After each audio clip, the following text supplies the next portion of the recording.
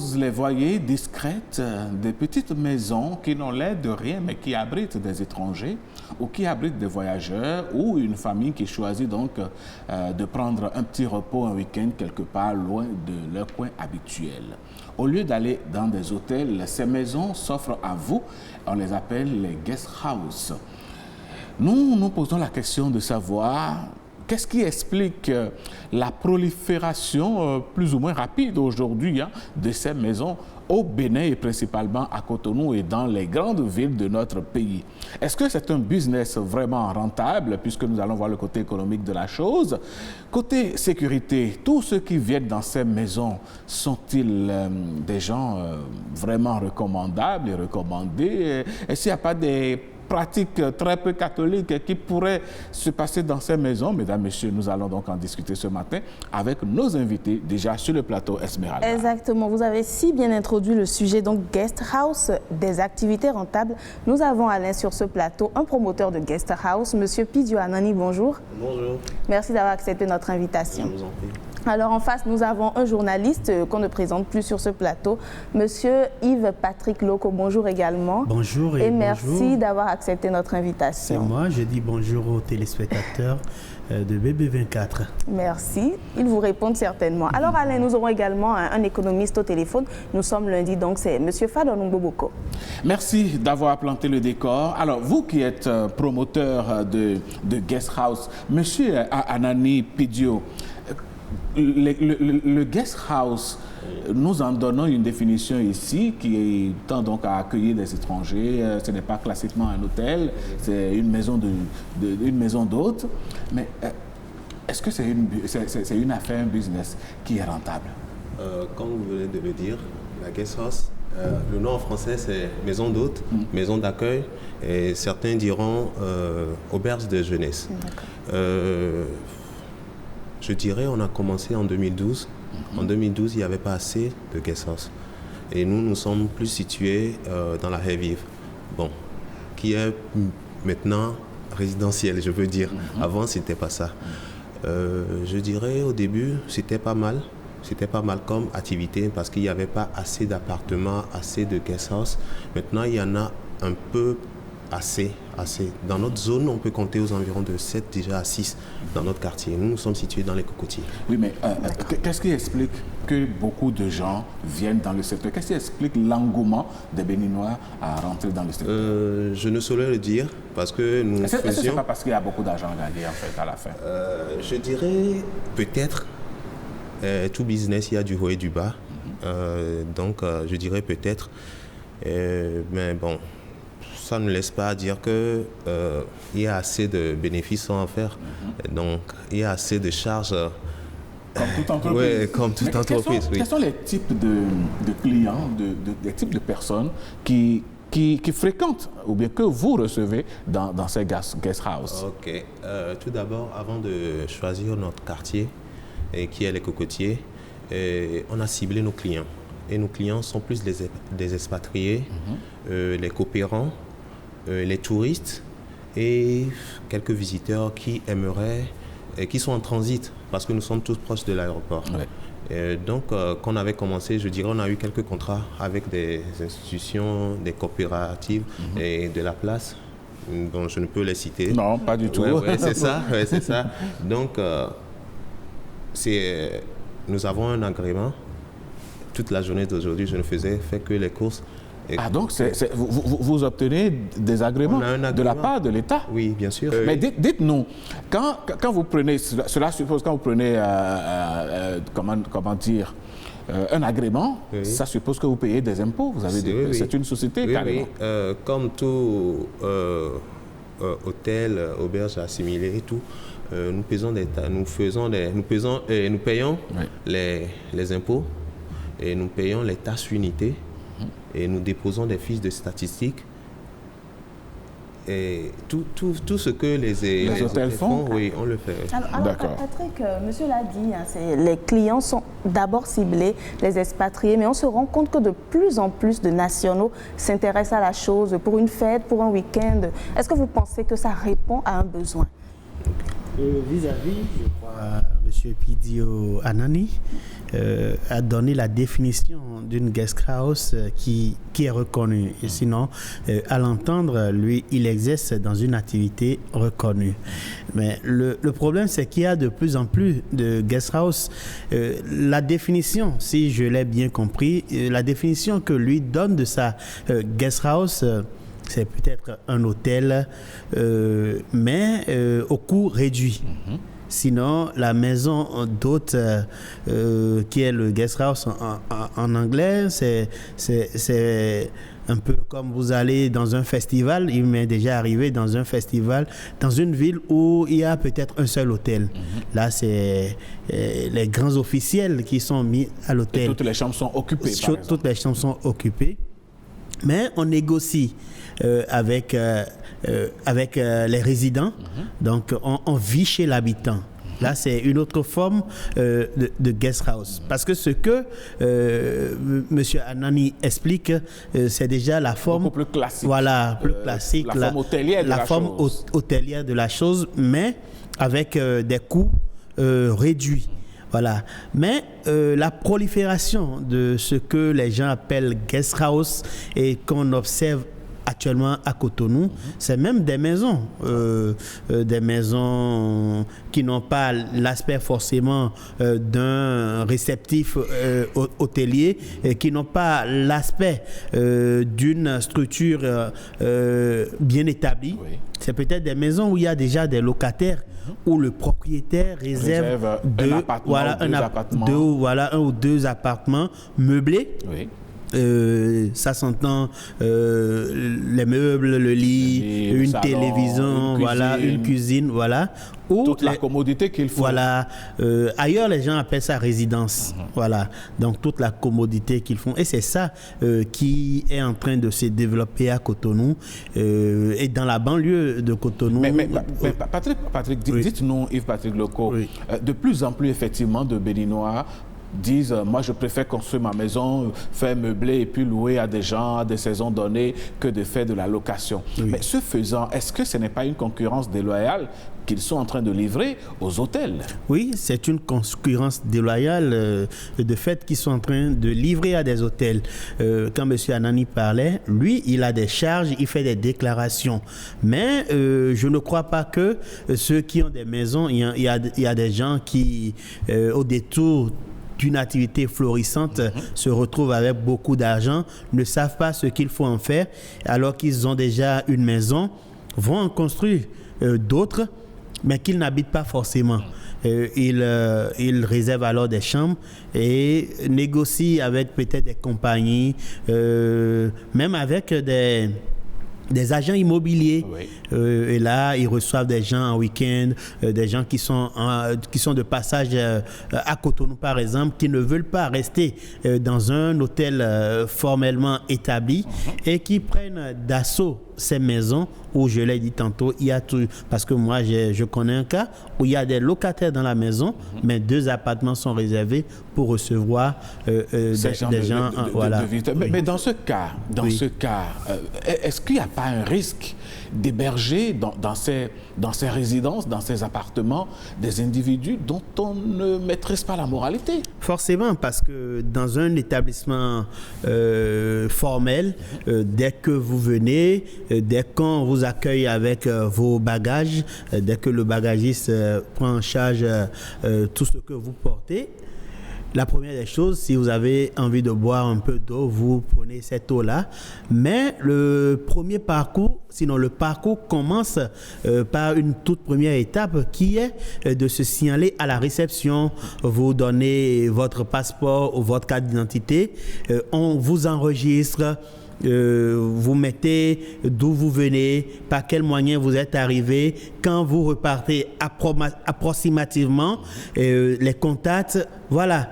Donc, or dans dans les guest houses qui se développent actuellement, qui sont dans les maisons, il n'y a même pas de réception, il n'y a pas de... En négociant, on appelle juste le propriétaire qui dit, bon, on va donner la clé, puis ça y est. Il envoie un bon petit entre-griffes en lui qui vous ouvre la porte, qui vous fait visiter les installations, voilà, et qui devient même de fait le réceptionniste d'occasion et même le garçon de course pour la période de votre séjour. Monsieur Anani, justement, Monsieur Loko a évoqué des prérequis que doivent avoir certaines agences, certaines guest houses. Donc, est-ce que c'est toujours respecté? On se rend compte que n'importe qui se lève et s'installe. Ça fait partie des concurrences déloyales que nous subissons présentement. Ok, donc je dirais, exemple, nous accueillons ceux qui ont l'idée de venir résider au Bénin, à Cotonou. Donc, ils restent chez nous sur une période donnée, le temps de trouver une maison et autres.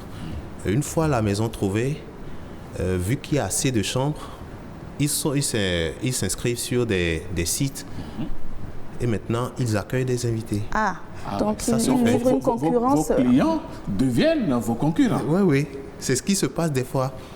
Et il y a des maisons où ils ne sont du tout pas en règle, mais bon. Mais est-ce qu'il y a des standards à prendre en compte lorsqu'on cherche ces maisons-là dont vous parlez? Est-ce que M. Loko a parlé tout à l'heure de réception? Est-ce que pour le client, il doit tenir compte de certaines choses pour savoir qu'il va dans un lieu sécurisé ou pas? Ce que je dis souvent, c'est que c'est la sécurité du client fait notre sécurité. D'accord. C'est-à-dire que quand les clients viennent comme ça, on ne sait pas d'où ils viennent, ce qu'ils ont fait, leurs antécédents et tout. Le mieux et ce qui est la meilleure des choses, c'est l'enregistrement, la première des choses. Mais la plupart des maisons ou les appartements ne font pas ça. Et ça, c'est ça je dis, c'est à leur risque. Oui, mais quand vous tenez ce langage, quelqu'un vous dira que c'est parce que vous avez peur de la concurrence que vous dites ça. C'est vrai qu'il y a une question de sécurité, mais pourquoi vous qui êtes du secteur, vous ne vous organisez pas pour dire, bon, nous, on est de la catégorie des guest house et vous constituez, par exemple, une association pouvant servir, disons, d'interlocuteur avec le gouvernement, bien les autorités, pour défendre votre secteur? Je dirais que nous emboîtons déjà les pas. Il y a on a déjà des associations qui sont déjà en place, mais c'est que de nos temps, c'est un peu difficile. Et tout se fait sur l'Internet.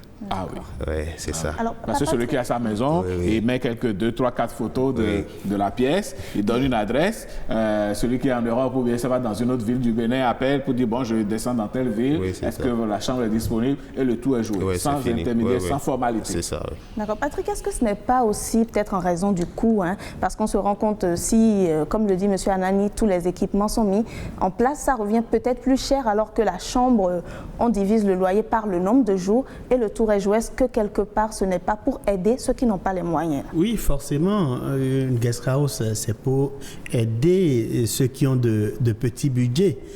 Ceux qui ont de petits budgets ou il y en a qui n'aiment pas rester à l'hôtel, par exemple, parce qu'à l'hôtel, vous n'avez pas toutes les... Enfin, vous avez le restaurant de l'hôtel, vous avez le bar de l'hôtel, vous avez la piscine, la boîte de nuit, mais vous avez le service de blanchisserie et autres. Mais la différence avec les guest house, c'est que c'est comme une maison où vous avez tout. Vous avez votre cuisine, vous avez même un réfrigérateur. Vous pouvez aller au kiosque du quartier, faire vos emplettes et venir faire... C'est comme votre propre maison en réalité. Voilà, c'est comme votre propre maison en réalité. Donc, celles qui sont établies, par exemple, quand j'ai eu le thème de l'émission, avant de venir ce matin, j'ai déjà fait un peu de recherche. J'ai vu pas mal de guest house, voilà, pas mal à Cotonou. J'en connais même certaines où, dans le cadre peut-être d'un festival, on a logé des gens, où je suis allé réaliser des interviews dans Cotonou. Voilà. Mais si on a le courage d'être présent sur le numérique, d'être présent sur Internet, c'est que on veut jouer jeu franc. On sait que les impôts peuvent facilement vous retrouver. La police sait que vous menez votre activité. Voilà, le ministère de l'Intérieur et autres, on sait que vous menez une activité légale. Donc là n'est pas le problème pour les guest house qui sont légalement constitués. Le problème c'est les guest house, voilà, dans la clandestinité, voilà. Donc, et je me demande si on doit les appeler normalement des guest house. Allez, mesdames, messieurs, Yves, je ne vous arrête pas. Bon, vous voulez ajouter quelque chose, c'est ça? Non, mais c'est pour dire que ça pose des problèmes d'insécurité, des problèmes d'insécurité. Moi, j'ai une petite expérience à partager, un petit vécu à partager avec. J'ai un ami qui m'a dit qu'il veut déménager parce que son fils qui a à peine 11 ans est gêné de voir, il connaît les deux voisins immédiats, mais il est gêné de voir souvent des voisins se changer tous les week-ends dans la pièce à côté. Avec des odeurs de cigarettes par-ci par-là, qui laissent ouvert le portail à tout moment. Donc le garçon a demandé à son papa qu'il déménage, qu'il quitte cette maison parce que lui, il ne comprend pas que des voisins soient aussi instables. Voilà la petite expérience. C'est ça. Et ce propriétaire aurait dû mieux faire de ne pas mélanger et locataires et des voyageurs saisonniers. Allez, nous avons certainement des Béninois qui pensent autre chose, bien qui ont un avis sur la question. On va les suivre. Les hôtels, les consorts, là, ce sont des gens qui paient certaines taxes dans le pays et ils ont ouvert le truc pour un avancement, pour faire avancer en quelque sorte le pays et au retour faire revenir quelque chose. Ils ont une taxe envers le pays. Maintenant, si ces gens de personnes se mêlent aussi à faire de ces genres d'activités, donc ce qui veut dire que ça va bloquer d'une part les autres. Quant aux hôtels, ils ont déjà leur prix fixé. Mais ceux-ci n'ont pas de prix fixé. On va voir le comportement de ce dernier, là où il a quitté, et puis par rapport à ça, on lui flanque le prix. Ce n'est pas une concurrence. Si c'était une concurrence, cette activité n'allait pas exister, ou l'État aurait réglementé et l'interdit. Pour autant que je sache, je ne crois pas que ce soit une activité informelle.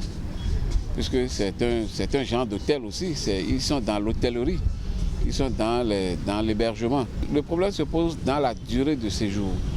Parce que quand vous allez dans un hôtel, surtout les hôtels un peu huppés, les hôtels à plusieurs étoiles, comme on le dit, vous aurez une chambre peut-être à 40 000, à 60 000. Et si vous devez faire 2 semaines, et plus de 2 semaines, vous voyez ce que ça vous coûte. Alors que si vous allez dans un guest house, on vous fait le séjour sur la durée du mois et non sur la durée du séjour et non sur le nombre de jours de séjour. Je crois qu'il y a quand même une différence qui va à l'avantage de ceux qui préfèrent aller dans ces guest house. La concurrence contre les hôtels, moi je ne trouve pas de concurrence là. Tout dépend de la stratégie de chaque personne. Donc ce que tu peux faire pour gagner ton gain, c'est ça que tu vas voir. Est-ce que c'est légalisé? Si elle est légalisée, selon l'État, c'est ce que le client et le fournisseur propose au client. Ceux qui recherchent ce type d'appartement, ils veulent se sentir un peu plus dans un cadre comme s'ils étaient à la maison. Donc ça, c'est pas une concurrence en tant que telle. Les hôtels ont toujours leur type de clientèle. Et ceux qui recherchent ces genres d'appartements, je crois que chacun trouve sa part. C'est de plus en plus rentable, puisqu'on constate que de plus en plus les gens, il y a plus de ces genres de services. Ça veut dire que la demande y est. Donc si la demande y est, la rentabilité doit suivre. Et oui, voilà l'avis de quelques compatriotes interrogés sur la question. Monsieur Anani Pidio, quel est votre avis? Quelle réflexion vous inspire ce que disent les Béninois? À majorité, je dirais qu'ils ont fait la part des choses. Ils ont fait la part des choses parce que, comme nous venons de le suivre, il y a certaines personnes qui ont vu juste que les clients ont déjà leur établissement là où ils ont déjà les établissements, c'est-à-dire les hôtels, ont déjà leurs clients habituels, des clients ciblés. Donc c'est partagé. Le reste va vers les guest house. Oui, c'est partagé. Yves-Patrick Loko, votre avis sur la question, sur l'intervention des compatriotes? Oui, j'ai suivi. Ils étaient aussi divisés. Certains pensent que c'est une concurrence. Je dis, si c'est un établissement légalement constitué et qui paie des impôts, je ne vois pas de concurrence. Certains ont fait la différence, certains en ont parlé. Maintenant, le problème, c'est ceux qui sont dans la clandestinité, qui constituent l'épine dans le pied de l'activité. C'est ce que je pense. Et justement, toujours en parlant de prix, nous avons un intervenant qui nous a dit que les hôtels reviennent beaucoup plus cher. Est-ce qu'il n'arrive pas que les guest house coûtent plus que les hôtels, Patrick? Oui, j'ai vu, je vous ai dit que j'ai fait rapidement une revue du net en venant ce matin. Et j'ai vu des prix de certaines guest house. Il faut dire que certaines s'appellent également résidences. Les résidences telles, voilà. Ici à Cotonou. Oui, ici à Cotonou. Les noms varient. Mais c'est pour la même activité. C'est pour la même activité, c'est servir de lieu d'hébergement, mais offrir un service que les autres, que les hôtels, pas forcément avec le même confort, mais certains services que les hôtels n'offrent pas, par exemple avoir la possibilité de cuisiner dans le lieu, dans son milieu, de s'intégrer dans son milieu. Les hôtels n'offrent pas cette possibilité-là. Et donc je peux dire qu'avec les prix que j'ai vus, certaines guest house coûtent plus cher que des hôtels. Maintenant, il faut aller voir ce qu'elles proposent en termes de confort, en termes de services plus, voir tout ce qu'on met dans ce package-là. Voilà les guest house qui coûtent beaucoup plus cher que les hôtels. Qu'est-ce que vous pensez qu'ils offrent? Qu'est-ce qu'ils offrent? Je dirais, quand on avait commencé l'émission, j'avais essayé de donner quelques explications par rapport au non-guest house. Mais comme M. Loko vient de le dire, il y a certains établissements qui portent le nom de résidence, guest house en même temps, un peu de tout. Donc, ça dépend de ce qu'ils offrent. Donc, il y a des guest house qui ont le même type de confort que les hôtels. Sans service, forcément. Oui, et qui sont chers, plus que les hôtels même. Oui. Mais c'est juste qu'il y a certaines personnes qui préfèrent rester là, se sentir comme à la maison, en fait. C'est ça, c'est le client, en fait. C'est le client qui choisit. Oui. D'accord. Donc, c'est ça. Eh oui, mais il est dit que vous faites beaucoup de profits parce que s'il n'y a pas de concurrence apparente avec les hôtels, il s'explique que parfois vous êtes plus cher que les hôtels classiques. Dans ce cas, vous livrez la concurrence aux hôtels, oui ou non? On se livre la concurrence. Voilà. Vous ne voulez pas porter le chapeau? Oui, c'est ça. D'accord. Mais quand vous accueillez un client qui, au fil des semaines ou des mois, devient un concurrent. Si lui, il vient de l'extérieur, vous l'avez hébergé, il devient votre concurrent direct. Est-ce que cela ne s'explique pas par le fait que vous n'avez pas su faire la veille concurrentielle pour voir dans votre environnement s'il n'y a pas d'autres structures, d'autres maisons que vous pourriez louer et en transformer en guest house? Il y a les budgets aussi pour ça. Bon, moi, je parle de mon milieu, mon quartier, là où nous exerçons. Mais quand vous observez également autour de vous? Oui. Les expatriés dont on parle souvent et qui exercent ce genre de trucs, c'est des personnes qui sont souvent des étrangers. Et déjà, eux, ils ont l'habitude de le faire, de partager. Nous, on dit souvent ici la chambre d'amis et tout ça là. Mais eux, ils veulent toujours faire des bénéfices. D'accord. Oui. Mais lorsque vous parlez de personnes qui la recherche du confort, d'être à l'aise, d'être comme chez soi, est-ce qu'on peut habiter dans une guest house sur une très longue durée, peut-être des années? Oui, nous avons un client qui est chez nous, ça fait plus de 6 ans. 6 ans, hein? Oui, il travaille ici au fait. Ok. Il est là sur 6-7 mois et il part 1 mois, il revient. D'accord. Il habite au Bénin, en fait. Oui, c'est ça. C'est tellement qu'il n'a Ouais. pas envie Donc, de... ces genres de clients, on ne fait pas des prix journaliers. Donc, c'est un forfait mensuel. On les offre. Oui. Donc Patrick, on va dire carrément que ça règle des problèmes pour les personnes qui ne sont pas prêtes à louer des maisons, perdre des mois. Avant que Yves-Patrick Loko n'intervienne, nous avons en ligne Monsieur Fadonungbo Boko qui va intervenir en direct dans cette émission. Bonjour Monsieur Fadonungbo. Oui, bonjour. Vous êtes en direct sur l'émission Nopiden, vous êtes économiste et ce matin nous parlons des guest house. Vous, en tant qu'économiste, pensez-vous que c'est une activité rentable qui apporterait quelque chose à l'économie nationale? Oui, en fait, les guest house, c'est bien sûr une activité économique qui est rentable, mais il faut toutefois souligner que cela dépend de la structure de l'économie. Vous imaginez, lorsque nous prenons le Bénin, le contexte dans lequel on a besoin de guest house certainement n'est pas très développé. Donc, souvent les gens s'adaptent par rapport aux hôtels. Je donne un exemple. Lorsque, par exemple, en vacances, vous vous déplacez avec toute votre famille pour un séjour dans une ville, dans un pays quelque part, Oui. Les guest house sont par exemple mieux adaptés pour accueillir qu'un hôtel. Oui. Maintenant, est-ce que cela est développé au Bénin? Bon, la question reste à être posée. Mais Monsieur Fadonungbo, en préparant cette émission, nous avons fait des enquêtes et nous avons remarqué que, à part les maisons d'hôtes déclarées ainsi, il n'y a que des particuliers ont des maisons qu'ils construisent, qu'ils aménagent avec les meubles et tout fourni déjà pour accueillir des clients entre griffes sans être déclarés comme entrepreneurs de ce secteur. Qu'est-ce que vous en pensez? Oui, justement, ça c'est lié à la structure de notre économie où le secteur informel c'est vraiment enraciné. Et réellement, dans ce contexte, oui, on peut dire que c'est rentable, mais la rentabilité dans ce cas, il faut voir, c'est sans les charges fiscales, sans les charges de reconnaissance.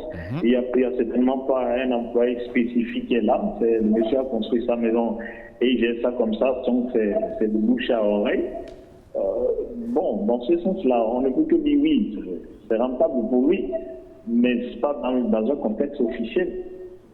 Parce que s'il est comme ça, même s'il emploie quelqu'un, la personne n'est certainement pas déclarée. Et donc, toutes ces charges-là ne sont pas prises en compte. Donc, il reste dans son échelle et il fait ses calculs, il trouvera que c'est rentable. Mais réellement, ça ne profitera pas à l'économie parce que il y a trop de... C'est un peu comme une activité de sous-traitance non reconnue, quoi.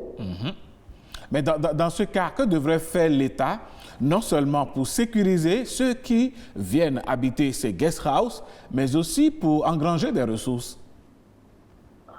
Oui, sécuriser les gens et engranger... Bon, vous savez, la question de sécurité, il faut que celui qui est venu aussi prenne cette disposition. Oui, l'État va prendre la disposition générale. Maintenant, en général, pour pouvoir, comment dirais-je, encourager les gens à se faire reconnaître, c'est quand même déjà d'abord de faire l'état des lieux et voir ceux qui sont déjà reconnus et mettre en place une politique d'incitation à les encourager à faire l'activité. Tout dépendra de quelles mesures on peut prendre. On peut a priori dire par exemple que leur première année d'activité, ils sont exonérés des charges fiscales. Ça pourra encourager les gens. Donc, non seulement on les exonère, mais on crée peut-être une liste de guest house, une liste d'adresses que l'État encourage et publie.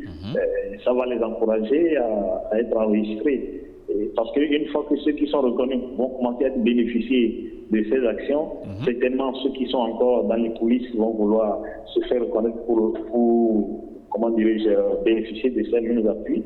Et finalement, on pourra véritablement prendre en charge ça. En fait, la politique pour mieux sécuriser ces choses, c'est d'abord que l'État s'y intéresse et fait l'état des lieux. Et à partir de l'état des lieux, on pourra voir quelle est la mesure la plus pertinente pour l'encouragement. Mais si on laisse ça comme ça, simplement en disant que bon, les gens n'ont qu'à venir se faire reconnaître, bon. Ça risque pas de se faire. Ça ne peut pas se faire comme ça, non. D'accord. Allez, oui. Monsieur Fadonoungbo, dites-nous si, par exemple, les hôtels se retrouvent, je suis sûr qu'ils ont une fêtière, et enclenchent des actions contre... C'est vrai, nous sommes dans une économie libérale, mais comment faire pour stopper ou bien pour ralentir cette concurrence qui est de plus en plus palpable, parce qu'il y a tellement de maisons, ne serait-ce que dans Cotonou seul, des maisons meublées qui font office de guest house et qui font la concurrence aux hôtels.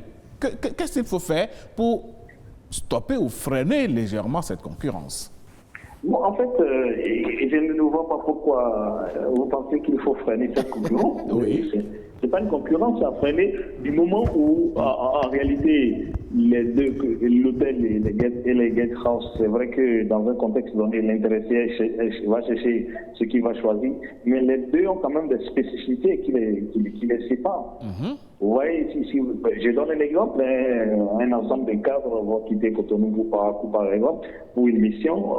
Écoutez, ils n'ont pas intérêt à aller rester dans un guest house, ils vont rester à l'hôtel parce que, bon, ils ne sont pas dans un contexte de vouloir d'une vie d'ensemble de quelques jours, non. Mais par contre, quelqu'un qui se déplace en famille, oui, c'est beaucoup absolument, plus il aura besoin d'une maison. Dans un guest house que d'aller à l'hôtel. Bon, c'est une manière de dire que c'est vrai que c'est le même terrain, mais chacun a quand même sa spécificité qu'il va essayer de développer et d'encourager. Absolument. Et là, la concurrence, c'est normal, à mon avis. D'accord. Allez, M. Fadonoungbo Bokom, merci d'être intervenu dans ce débat matinal. Nous vous souhaitons une excellente journée. Merci beaucoup. Eh bien, voilà qui est fait avec M. Fadonoungbo. Yves-Patrick Loko, vous pensez qu'il y a carrément un pan de l'économie que les guest house nourrissent dans le pays? Oui, si les guest house qui sont déclarés paient leurs impôts, c'est que forcément elles contribuent à l'essor de l'économie. C'est celles qui ne sont encore dans la clandestinité et qui ne permettent pas à l'économie de s'envoler. On dit par exemple, dans l'intervention de M. Fadonoungbo Bokor, il dit que les guest house qui ne sont pas formellement, qui ne sont pas fait identifier, utilisent des personnes peut-être qu'elles utilisent, ce n'est pas qu'elles exploitent, voilà, à qui elles ne paient pas forcément un salaire conséquent, donc elles ne participent pas à l'essor de l'économie. Et ce qui est intéressant dans ces propos, c'est qu'il a demandé de faire l'état des lieux. Et faire l'état des lieux, c'est un combat de longue haleine de ceux qui sont déjà constitués en association. Et même avant ça, il y a une association, ce n'est pas de la publicité, je dis le nom d'une association. Non, ça va être une sorte de publicité. Sinon, il y a une association de promoteurs de bars et d'hôtels qui existe déjà, qui a fait ses preuves depuis des années. Je crois que cette association-là peut prendre à bras le corps. Est-ce que je vais parler de lutte? Mais bon, pour voir clair dans ce qui se passe. Parce que ces maisons non identifiées qui accueillent des gens qui ne sont pas déclarés.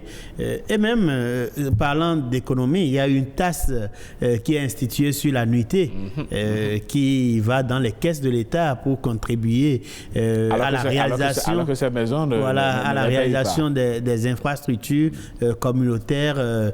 Il y a ces maisons qui ne sont pas connus. C'est vrai que quelqu'un qui a une maison paie peut-être des impôts sur la maison. Peut-être qu'il considère qu'il paie l'impôt déjà de cette activité-là également. Or, c'est une activité greffée à la maison, qu'il faut séparer. C'est comme si vous avez une boutique au portail, vous payez l'impôt de la maison, vous payez la patente pour la boutique. Et quand vous avez un bar à la maison et au dehors, c'est la même chose. Monsieur Anani, vous avez également suivi un autre économiste. Beaucoup de choses ont été dites. Qu'est-ce que vous pensez de tout ce qu'il a dit? Je résume que partant du fait qu'il a mentionné si on assistait les guest houses qui sont dans l'ombre pour pouvoir donner le goût, c'est-à-dire donner l'envie de se faire dans le formel. Oui. Donc c'est ça qui m'a beaucoup plus intéressé dans sa déclaration. Donc j'ai pas grand-chose à ajouter. D'accord. Est-ce que vous êtes d'avis quand même par rapport à ce qu'il a dit? Vous pensez que oui, il le faut? Est-ce que c'est nécessaire ou est-ce qu'on peut s'en passer? Il le faut. Okay. On a toujours besoin d'un peu de soutien, un peu de coup de pouce pour pouvoir avancer. Je dirais ne serait-ce que les hôtels, les guest houses, avec cette pandémie, on a eu assez de coûts, beaucoup de coûts même. Peut-être nous qui sommes déclarés... Vous qui êtes dans le formel. Oui, c'est ça, ouais. On a eu assez de coûts, mais bon, on essaie de se relever. Oui, c'est comme toutes les activités, le coronavirus a impacté négativement beaucoup de secteurs. Mais moi, je voudrais vous poser une question. Est-ce que il vous est arrivé d'avoir des problèmes d'insécurité dans votre guest house? Vous ne pensez pas que les autres guest house qui sont dans l'informel, qui sont pratiquement dans l'anonymat, constituent des nids d'insécurité? Bien sûr. Je vais donner un exemple. On a accueilli un client. Souvent, et bon, ça, ce serait peut-être la publicité. Donc, je vais continuer. Donc, on a reçu un client. Quand le client vient, on a eu son passeport. Il a eu à faire l'enregistrement. Et on a déposé le tout à la police le lendemain. Donc, nous, on a affiché, si tu as une forte somme d'argent, des choses à déclarer, de le dire à la réception. À la réception. Oui. Donc, c'est ce qui était effectué. Et donc, après, il est revenu, soi-disant qu'il a perdu une forme d'argent, alors qu'il avait, quand tu as assez des trucs, par exemple les bijoux et les objets de valeur, il faut nous confier cela. Maintenant, ça veut dire... il a repris les choses, il a bien émergé, il était sorti. On ne sait pas comment ça s'est passé, il est revenu. Et c'est après quelques heures, il dit qu'il avait perdu son argent. Heureusement qu'il y a la traçabilité, les décharges, tout ça là. Sinon, supposons, vous qui êtes dans l'informel, comment vous allez gérer cela? Ah ben voilà, c'est ça. C'est un problème. Oui, c'est ça. C'est un problème. Allez, cette émission, M. Pidio Anani et M. Yves-Patrick Loco, c'est aussi des intervenants comme vous sur les forums WhatsApp de l'émission. Et nous avons quelques messages, Esmeralda. Quelques messages. Allez, vous allez commencer à les lire là, parce que... D'accord. Allez, le tout premier message nous dit ceci. Pourquoi cette floraison de guest house à Cotonou et environ? Eh bien, toute activité qui génère de l'argent attire les privés qui s'y jettent de toutes leurs forces. C'est le cas du développement à Cotonou et dans ses environs de cette activité de guest house. Par ailleurs, ce phénomène nouveau chez nous est une vieille pratique d'ailleurs dans d'autres pays. Livre-t-il une concurrence déloyale aux hôtels et auberges? Oui, c'est une belle forme de concurrence, pense notre internaute, comme tous ceux qui ont des cellulaires Android livrent la concurrence aux photographes professionnels qui disparaissent. C'est le cas des étudiants et des conducteurs taxis. C'est exactement la même concurrence rude et cruelle que livrent les maîtresses de dehors aux épouses légales et légitimes des foyers. Paye-t-il des taxes à l'État? Les communes et les arrondissements quadrillent bien les localités qui sont sous leur administration et responsabilité. Ils payent bien sûr des impôts. L'État ne leur fait pas de cadeaux. Certains ont fermé leur business pour manque de clientèle pendant que les impôts grimpent d'année en année. Sont-ils des nids d'insécurité, de prostitution ou d'affaires? On appelle un chat un chat. La propension d'un accroissement de l'insécurité est à la hausse. Et cela est certain que ces maisons y contribuent pour quelque chose. Faut-il promouvoir ou supprimer les guest house? Avant de répondre à cette question, voyons si, outre ces quelques inconvénients, si des sous surmentionnés, cela produit des avantages. Oui, c'est une source de revenus pour les propriétaires et les employés. C'est une source de revenus pour l'État à travers les impôts et les taxes prélevées.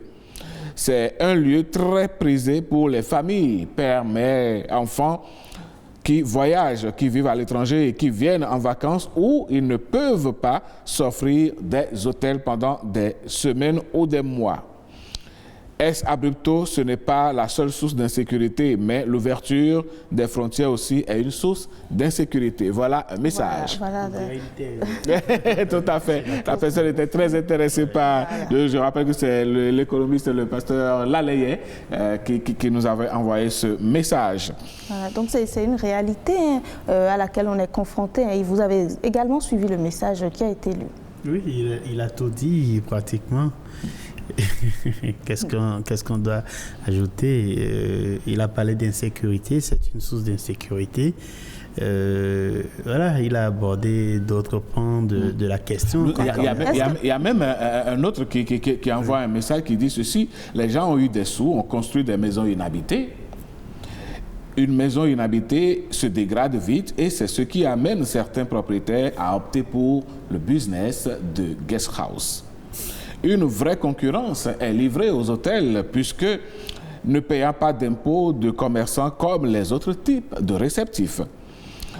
Je pense que certaines maisons payent des impôts pour les maisons qui abritent ces guest houses et considèrent donc qu'ils payent déjà l'impôt pour ces guest houses. C'est un peu comme ce que vous disiez, M. Yves-Patrick Logo.